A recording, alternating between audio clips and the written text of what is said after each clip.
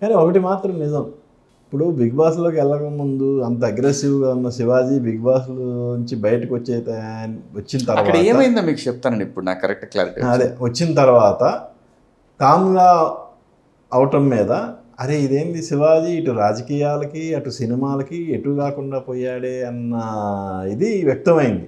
అయింది కదండి. అక్కడ ఎందుకు ఆ సిచ్యువేషన్ కనపడిందంటే నాకు అర్థమైంది ఏంటంటే, నేను బయటకు వచ్చి ఇప్పుడు ఇమీడియట్గా బాబు గారి దగ్గరికి పరిగెత్తుకుంటూ వెళ్ళిపోయి అడావుడి చేసి ప్రెస్ మీట్లు పెట్టి ఇది అడావుడి చేశాను అనుకోండి, ఇక్కడ ఎమ్మెల్యే టికెట్ కోసం ఇంత చేస్తున్నాడు ఇప్పుడు అని మాట్లాడే బ్యాచ్ ఉంటుంది. అసలు డెస్టినీ ఏం ట్రై చేస్తుందో నాకు అర్థం చేసుకోవాలనే ఆలోచన వచ్చింది. అలా అని చెప్పి సైలెంట్గా కూర్చోకుండా ఎవరు పిలిస్తే వాళ్ళకి వెళ్ళి ప్రచారం చేసి వచ్చాను. 19 సెంటర్లకి వెళ్ళాను, ప్రచారం చేసి వచ్చాను.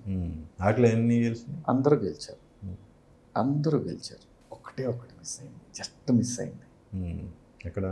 మన లక్ష్మి, డాక్టర్ లక్ష్మి గారు, రవి గారి అన్న కూతురు. ఓకే.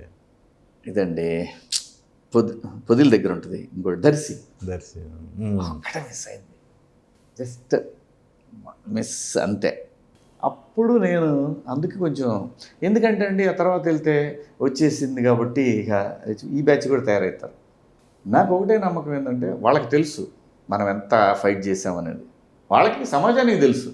నాకు ఫైటింగ్ కూడా వ్యక్తుల మీద కాదు, ప్రజలకు వ్యతిరేకంగా పనిచేస్తున్న ప్రభుత్వం మీదనే తప్పితే నాకేం జగన్మోహన్ రెడ్డి గారికి మనకి వాళ్ళ పార్టీకి మనకేంటి వ్యక్తిగత ద్వేషాలు ఏం లేవు.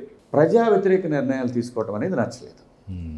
రాను రాను కూడా ఏమైపోతుందంటే అండి రాజకీయాల్లో కూడా నేను గమనిస్తున్నది ఇది, నేను ఎవరిని వ్యక్తిగతంగా విమర్శించట్లేదు. కార్యకర్తలకు వచ్చి మాత్రం ఆ వెళుతుంది, బాధ ఉంది.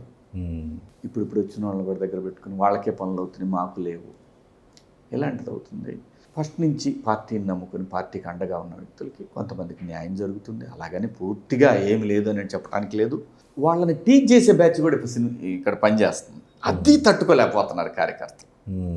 ఏం చేసినా ఆయన చేయకపోయినా అది రామారావు గారి పార్టీ పెట్టిన ముహూర్తం ఏమో తెలియదు, కానీ నువ్వు చేయకపోయినా ఆ జెండాను వదిలిపెట్టలేము అనేవాళ్ళు ఉన్నారు.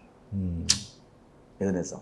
అంటే ఒక పార్టీ అన్నప్పుడు వ్యక్తులే కాదు, చాలా చాలా యాంగిల్స్ ఉంటాయి ఆ పార్టీకి కూడా. వాళ్ళ నాయకత్వాన్ని కూడా మనం అంత ఈజీగా గట్టిగా మాట్లాడలేం, కానీ కొన్ని కన్సిడర్ చేయాల్సిందే.